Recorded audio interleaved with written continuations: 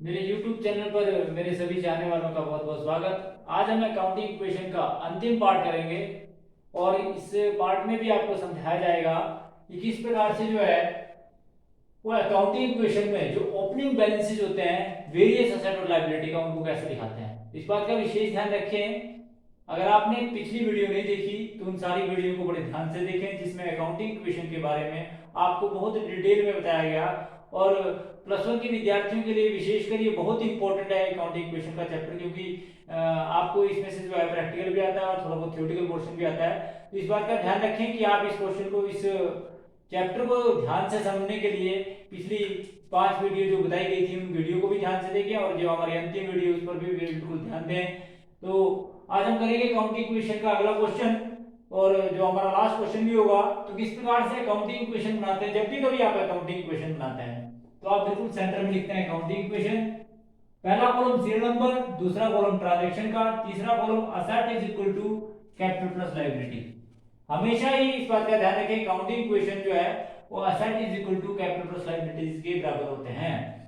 अच्छा, बात आती है कि सबसे पहले आपके पास इक्वेशन दी हुई है ओपनिंग बैलेंसेज। जितने भी ओपनिंग बैलेंसेज दिए हुए जिसमें कैश का बैलेंस दिया हुआ 2500, स्टॉक का बैलेंस दिया हुआ 2500, ऑफिस इक्विपमेंट का बैलेंस दिया हुआ 2000, इसी प्रकार से प्रीपेड इंश्योरेंस का बैलेंस अभी नहीं दिया है, कैपिटल अकाउंट का बैलेंस दिया है 6000 और आपका क्रेडिटर का बैलेंस भी दिया है 1000। तो इस प्रकार से आपके पास जो बैलेंसेस दिए हुए हैं वेरियस बैलेंसेस उनका आप अकाउंट भी यहाँ पर खोलेंगे और उनके बैलेंसेस लिखेंगे, क्योंकि आप सभी जानते हैं कि जितने भी असेट होते हैं जैसे कैश जो है वो स्टॉक है, कैश स्टॉक ऑफिस इक्विपमेंट ये आपका असेट्स हैं, और जबकि कैपिटल और क्रेडिटर्स आपकी लायबिलिटी साइड है, कैपिटल है और क्रेडिटर जो है वो बिजनेस की लायबिलिटी है। तो जितने बैलेंसेस दिए उन बैलेंसेस को लिखेंगे। सबसे पहले ओपनिंग बैलेंस कैश का लिखेंगे, वो आपके पास दिया हुआ 2500 आपने कैश का बैलेंस लिखा, प्लस आपके पास स्टॉक है, आपने स्टॉक के बैलेंस को प्लस किया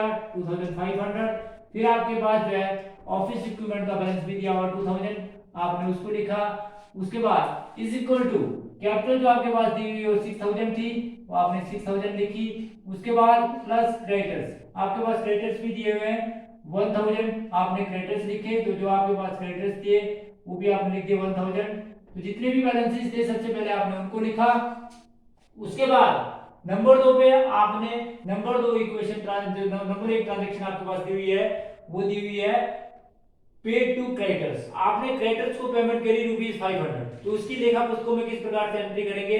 जब भी कभी आप क्रेडिटर को पेमेंट करते हैं, ध्यान रखें इस बात का, जब भी कभी क्रेडिटर को पेमेंट की जाती है तो कैश कम होता है और दूसरे क्रेडिटर कम होते हैं। तो एक कैश कम होगा और फिर दूसरा आपका क्रेडिटर्स भी कम होंगे, तो कैश और क्रेडिटर्स दोनों कम कर दिए जाएंगे। और उसके बाद आपकी न्यू इक्वेशन बनेगी। आपकी न्यू इक्वेशन बनेगी 2000 plus 2500 plus 2000 is equal to 6000 plus 500। Each and every equation में असेट हमेशा कैपिटल प्लस लायबिलिटी के बराबर होंगे। जमा करके देख लेते हैं। 2000 प्लस 2500 4500 प्लस 2000 6500 और 6000 प्लस 500 इज इक्वल टू 6500। तो ईच एंड एवरी इक्वेशन में असेट हमेशा कैपिटल प्लस लायबिलिटीज के बराबर होते ही होते हैं। उसके बाद आपके पास आपने अगली इक्वेशन दी हुई है जिससे नंबर 2 में परचेज ऑफिस इक्विपमेंट। जब भी कभी आप ऑफिस इक्विपमेंट परचेज करते हैं और आप अगर आप कैश में परचेज करते हैं तो सबसे पहले तो आपको पता होना चाहिए कि आपने ऑफिस इक्विपमेंट परचेज किया, इसलिए आप 500 रुपीज का, तो सबसे पहले तो आपका कैश कम हुआ 500 से। और दूसरा आपने इक्विपमेंट को परचेज किया, इसलिए आपका इक्विपमेंट बढ़ गया 500 से। तो आपकी न्यू इक्वेशन बनी 1500 plus 2500 plus 2500 is equal to 6000 plus 500। Each and every equation में असेट हमेशा कैपिटल प्लस लायबिलिटी के बराबर होते हैं। तो इस बात का ध्यान रखें कि ईच एंड एवरी इक्वेशन में असेट हमेशा कैपिटल प्लस लायबिलिटी के बराबर हुए। उसके बाद हमारी न्यू इक्वेशन दी हुई है। न्यू इक्वेशन क्या दी हुई थी, स्टॉक लॉस्ट बाय फायर। आपका स्टॉक लॉस्ट हुआ फायर से। तो इस बात का ध्यान रखें जब भी कभी गुड्स या स्टॉक जो है लॉस होता है बाय फायर तो आपकी स्टॉक कम होएगा। सबसे पहले तो आपका स्टॉक कम हुआ, और आप सभी जानते हैं बिजनेस का लॉस है, लॉस से हमेशा कैपिटल कम होती है, लॉस से हमेशा कैपिटल कम होती है। तो जब भी कभी बिजनेस के अंदर लॉस होगा तो एक तो कैपिटल कम होगी, और दूसरा जिस चीज का लॉस हुआ वो कम होगा। तो आपकी न्यू इक्वेशन बनी 1500 plus 2000 plus 2500 is equal to 5500 plus 500। तो ईच एंड एवरी इक्वेशन में एसेट हमेशा कैपिटल प्लस लायबिलिटी के बराबर होंगे। 1500 प्लस 2000, 3500 प्लस 2500, 6000, तो 5500 प्लस 5000 इज इक्वल टू 6000। तो ईच एंड एवरी इक्वेशन में एसेट हमेशा कैपिटल प्लस लायबिलिटी के बराबर होंगे ही होंगे। उसके बाद आप सभी जानते हैं आपने पेड करी कमीशन, जब कभी आप कमीशन पेड करेंगे ध्यान रखना बिजनेस का खर्चा है, और क्योंकि आपने कैश पे पेमेंट करी इसलिए 500 से आपका कैश कम हुआ, और 500 से ही आपका जो है वो कैपिटल कम हुई। तो जब भी कभी आप पेमेंट करते हैं ध्यान रखिए इस बात का, is there any type of payment made by cash, तो हमेशा कैश कम होता है।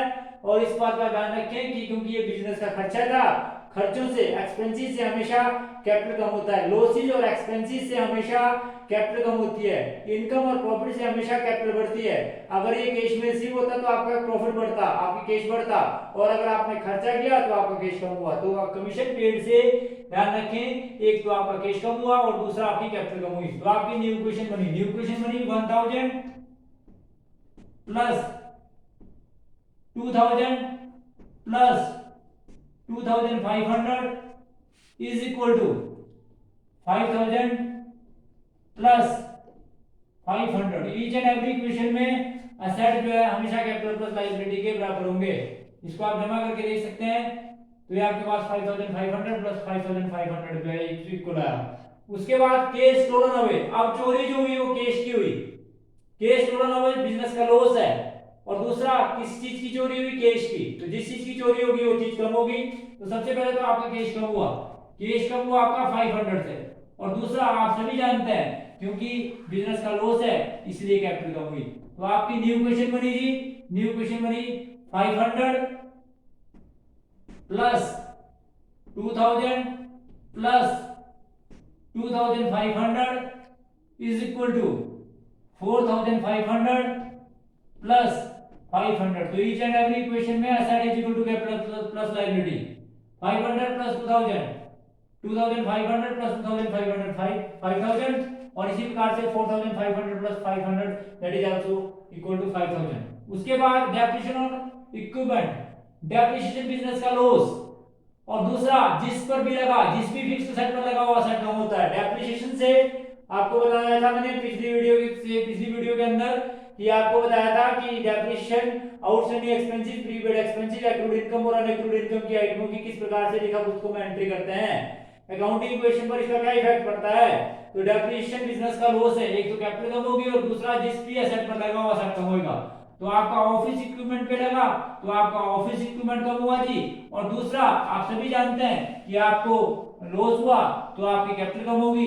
तो आपकी न्यू इक्वेशन बनी जी, आपकी न्यू इक्वेशन बनी 500 plus 2000 plus 2000 is equal to 4000 plus 500। तो ईच एंड एवरी इक्वेशन में एसेट हमेशा कैपिटल प्लस लायबिलिटी के बराबर होंगे।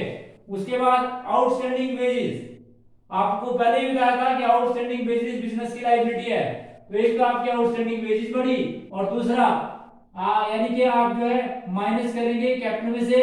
कैपिटल में से क्यों माइनस करेंगे, क्योंकि बिजनेस का खर्चा है। और दूसरा आपकी आउटस्टैंडिंग लायबिलिटी बढ़ी 500 से, तो आपकी न्यू इक्वेशन बनी, आपकी न्यू इक्वेशन बनी जिसमें 500 plus 2000 plus 2000 is equal to 3500 plus 500 plus 500।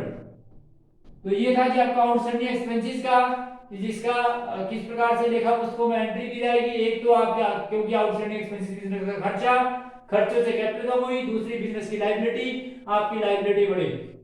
उसके बाद prepaid insurance, prepaid insurance business का असेट, प्रीपेड, इस बात का ध्यान रखें, प्रीपेड एक्सपेंसेस जो है वो बिजनेस का असेट है, तो प्रीपेड इंश्योरेंस जो है आपका बढ़ेगा अर्थात बिजनेस का असेट बढ़ेगा। एक तो सबसे पहले बिजनेस का असेट बढ़ा आपका 500 से, और दूसरा आपको पता होना चाहिए कि इससे जो है ये कैश कम हुआ, क्योंकि जब भी कभी आप प्रीपेड करते हैं, prepaid expenses means expenses paid in advance, cash कम हुआ, कैश से खर्चा जो है एडवांस में पेमेंट करी, और दूसरा आपको पता होना चाहिए कि बिजनेस का असेट कम हुआ, असेट बढ़ा, प्रीपेड इंश्योरेंस बढ़ा और आपका कैश कम हुआ। तो हम इस प्रकार से इसकी लेखा पुस्तकों में लास्ट इक्वेशन बढ़ी आपकी, कैश का बैलेंस आपके पास नील बचा, उसके बाद आपके पास जो है स्टॉक का क्लोजिंग बैलेंस आपके पास बचा 2000, और प्लस ऑफिस इक्विपमेंट का भी आपके पास क्लोजिंग बैलेंस बचा 2000, प्लस जो है वो 500 आपका प्रीपेड इंश्योरेंस का बैलेंस बचा, कैपिटल का बैलेंस बचा आपका 3500, और इसी प्रकार से आपके क्रेडिटर का बैलेंस बचा 500, और अगर बात करें आउटस्टैंडिंग वेजेस का तो उसका बैलेंस बचा 500। तो इस प्रकार से on the basis of last equation you have to prepare a balance sheet, last equation के बेस पर आप जो है बैलेंस शीट प्रिपेयर करेंगे। तो किस प्रकार से बैलेंस शीट प्रिपेयर की जाती है आपको बताया था, कल भी बताया था, परंतु आज फिर बताता हूं कि बैलेंस शीट जो है, क्योंकि क्वेश्चन के अंदर पूछा है आपसे कि prepare accounting equation and on the basis of last equation you have to prepare a balance sheet. तो किस प्रकार से जो है वो बैलेंस शीट प्रिपेयर की जाती है वो आपको आपके सामने भी बताते हैं आपको।